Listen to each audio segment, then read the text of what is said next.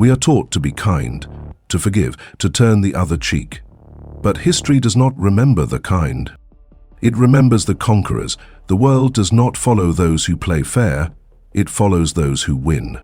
And to win, truly win, requires something most people will never have: the willingness to be hated, the courage to be feared, the strength to be ruthless.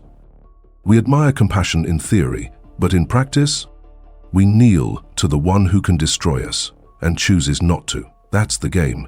That's the psychology. You can live your entire life trying to be good and still be stepped on by those who abandoned goodness the moment it became inconvenient. Machiavelli didn't invent this law.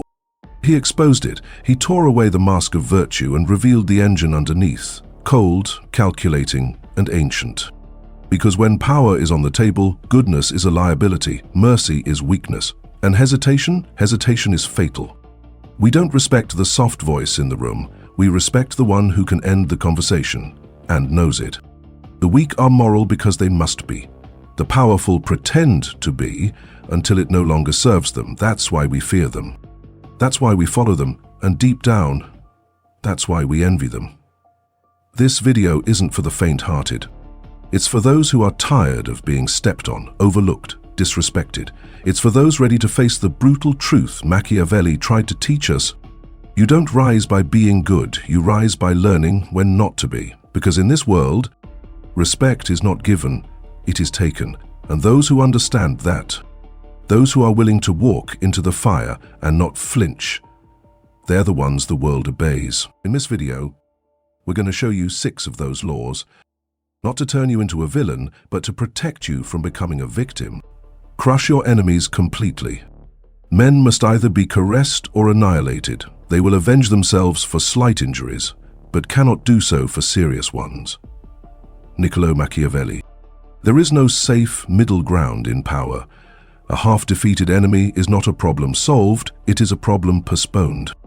A wounded rival does not forgive. He waits, he studies, he sharpens, and one day he returns. Machiavelli understood the most uncomfortable truth in human nature. The greatest threat to your future is the man you didn't finish off. You may believe in mercy, you may believe in second chances, but your enemy believes in revenge. Even if you spare him, even if you offer peace, his pride still bleeds. And pride is never quiet. It doesn't die, it transforms into resentment. And resentment, left alive, becomes a future rebellion. So, what does it mean to crush completely? It does not always mean blood or violence. Sometimes it means stripping a rival of his influence so thoroughly he can never speak against you again. Sometimes it means exposing him so openly that no one dares to side with him. Sometimes it means letting him live, but only as a shadow of who he was, powerless and irrelevant. This is not cruelty, it is control. You are not acting out of anger. You are closing a door that must never reopen, because to defeat someone halfway is to leave the infection alive. And in politics, in business, in life, infections spread. Think of history. When Octavian defeated Mark Antony, he didn't negotiate terms. He hunted Antony and Cleopatra to the edge of the earth. When they were gone, he erased their names and became Augustus, the first emperor of Rome. He didn't just win the battle, he removed the memory of opposition, and that is why Rome bowed to him without a fight. The mistake most people make is emotional hesitation. They fear looking cruel, they want to appear noble. But power is not built on appearances, it's built on certainty. If you leave your enemy with hope, you leave yourself with danger. So when the time comes, when the line has been crossed and the decision must be made, you do not hesitate. You silence, you exile, you neutralize so thoroughly that the world forgets there was ever a threat. And then, peace follows. Not because your enemies love you, but because they understand resistance is no longer an option. This is the paradox of Machiavellian mercy. If you want peace to last, you must end the war completely. No loose ends, no silent grudges, no unfinished business. Crush completely, not because you enjoy destruction, but because you understand what happens when you don't. Be a fox and a lion. The prince must be a fox to recognize traps and a lion to frighten wolves. Niccolò Machiavelli. Power is war. A silent war, a smiling war, A war fought not with bullets, but with masks, with whispers, with appearances. And in this war, strength alone is not enough, nor is cunning, because if you are only a lion, they trap you. If you are only a fox, they tear you apart. Machiavelli's law is clear. To survive, you must be both. The fox, intelligent, observant, deceptive. The lion, fearless, dominant, aggressive. One sees the danger, the other becomes the danger. Let's start with the lion. The lion represents raw force, the power to crush an enemy when the moment calls for it. Julius Caesar crossed the Rubicon, Alexander stormed Persia, Napoleon crowned himself emperor in defiance of the Pope. They didn't ask permission. They didn't wait to be welcomed. They moved. Boldly, publicly, without apology. That's the lion, the show of strength so undeniable it silences doubt before it speaks. People follow the lion because they fear him. They don't question, they don't test, they submit.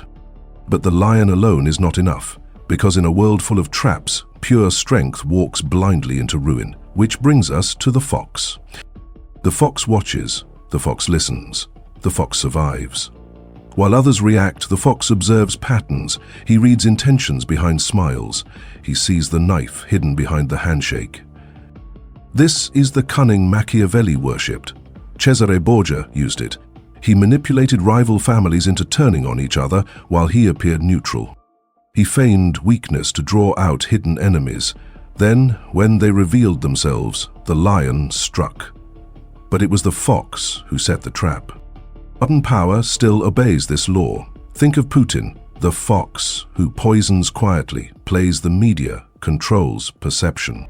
Then the lion, who invades without flinching, uses force to shock, to dominate, to remind the world, I can still crush you. Or think of Steve Jobs. The fox who built alliances, read markets, seduced investors, while behind the scenes, he isolated threats, forced competitors into corners, and reinvented entire industries with ruthless clarity. The lion roared when the time was right. But it was the fox who chose the battlefield. You must become both. Too much fox, you become a coward, clever but unable to act. Too much lion, you become predictable, strong but easily fooled. But when you balance them, you become untouchable. The world can't figure you out. They don't know whether to fear your strength or your silence, whether you'll strike first or already have. This confusion is power. Because those who cannot predict you cannot stop you. So when you walk into a room, your presence should carry two messages. I see everything, and I'm ready to destroy anything. The lion. That's Machiavellian mastery, not being one thing, but being whatever the situation demands. The average man plays one role. The ruler plays the entire theater. So sharpen your mind like a fox, sharpen your teeth like a lion, and when the time comes, let them realize, too late, that you are always both. Never rely on others. Who becomes a prince through the favor of the people must always keep them friendly, but he can never rely on them. Niccolò Machiavelli. The world is filled with smiling traitors. They shake your hand, they praise your name, they tell you they've got your back. But Machiavelli knew the truth. Loyalty is a performance, one that ends the moment it becomes inconvenient. Never rely on it, because the very people who cheer for you today will abandon you tomorrow. Not because they're evil, but because they're human, and humans are fickle, fearful, selfish creatures. They follow strength, they obey advantage, and the moment you show need, they vanish like shadows at sunrise. This is why the Machiavellian ruler does not build his foundation on affection. He does not depend on friends, allies, or crowds. He depends on himself, his mind, his will, his ability to act alone if necessary against the entire world. Because those who rely on others are already doomed. They've handed over the keys to their power, and the clock is ticking. You can borrow a throne, you can borrow fame, you can borrow trust. But borrowed power is a ticking bomb. Ask any puppet ruler, ask any CEO backed by fragile investors, ask any man whose status comes from public favor and not from force.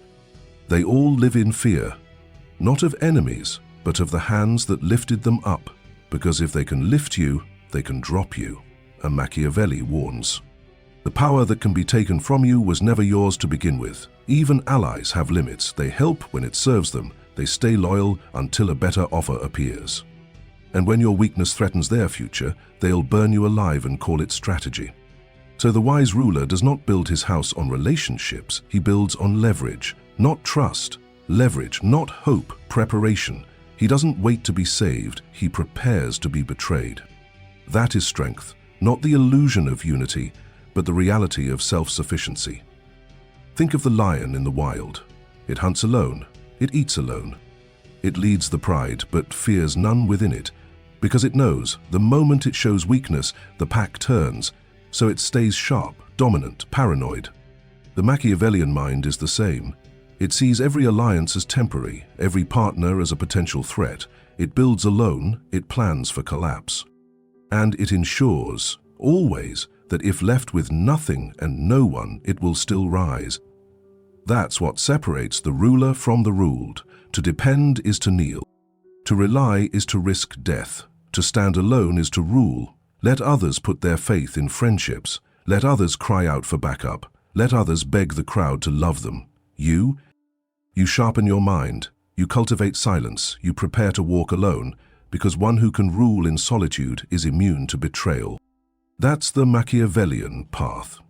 Cold, isolated, untouchable. Because when the kingdom burns and the allies run, the man who never relied on anyone still stands. Strike first, strike decisively.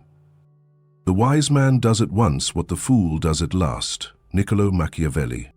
Hesitation kills. One moment of doubt and the throne is gone. 1 second too late and your name is ash. Machiavelli knew this. Power is not earned, it is seized.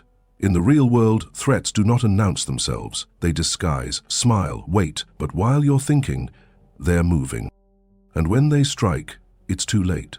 The fool wants more information, wants to see how things play out, wants to believe people mean well. The wise man doesn't wait. He studies fast, decides faster, and acts before the enemy can blink. Because the first blow changes everything.